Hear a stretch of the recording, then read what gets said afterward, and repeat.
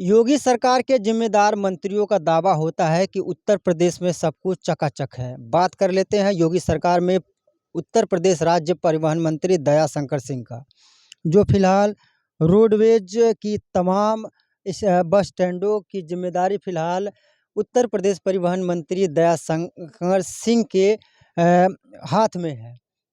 अगर इनकी बात करें तो इनका साफ दावा होता है कि उत्तर प्रदेश की सभी रोडवेज की बसें यात्री सुविधाओं के लिए चकाचक है। यात्रियों को लगातार तमाम बस स्टैंड और रोडवेज की बसों में सुविधाएं दी जाती हैं।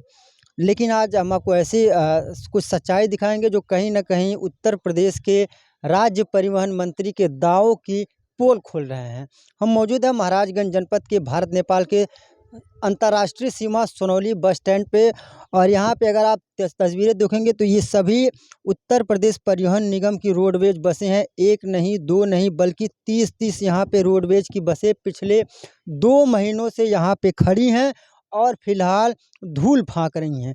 कितनी बसें तो ऐसी हैं जो अंदर से पूरी तरीके से टूट चुकी हैं, ख़त्म हो चुकी हैं, यानी कैसे कि कबाड़ में तब्दील होते हुए नज़र आ रही हैं। तो थोड़ा हम तस्वीरें आपको दिखाएंगे, फिर वजह बताएंगे कि आखिर ये 30 की 30 रोडवेज की बसें पिछले 2 महीनों से क्यों खड़ी। आप देखेंगे ये बस के चालक का स्टीयरिंग सीट है, और आप देखेंगे जिस तरह से ये नई की नई जो रोडवेज की बसें पिछले 2 महीने से जिस तरह से खड़ी है, उसके बाद इसकी क्या स्थिति हो गई। आप देख सकते हैं तस्वीरों में साफ तौर पर कि ये उत्तर प्रदेश के रोडवेज डिपो की बस स्टैंड में खड़ी एक बस रोडवेज की बस है, जिसकी यह स्थिति साफ तौर पर दिखाई दे रहा है। अब आप और देख लीजिए बस के अंदर का, आप देखेंगे तो यहाँ पे भी ये दूसरी बस है जो फिलहाल सोनौली बस स्टैंड कंपाउंड के प्रांगण में खड़ी है। यहाँ का भी पूरा का पूरा जो आगे का पोर्शन है वो पूरी तरीके से ख़त्म हो चुका है, टूट चुका है। और अगर आप सीट देखेंगे तो आप देख सकते हैं किस तरह से सभी सीटों पर, पैसेंजर सीटों पर धूल और जो कचड़े हैं वो साफ तौर पर नज़र आ रहे हैं। वजह है कि जिस तरह से ये सभी रोडवेज की बसें 2 महीनों से सोनौली बस स्टैंड पे धूल फाँक रही हैं, उनसे जो उत्तर प्रदेश परिवहन निगम है उनको कितने करोड़ों रुपए का नुकसान हो रहा है। यहाँ के एआरएम की माने तो एआरएम का कहना है कि पिछले 4-5 महीनों के अंदर यहाँ के कई चालकों की मौत हो गई है, और कई ऐसे चालक हैं जो फिलहाल नौकरी छोड़कर यहाँ से चले गए हैं।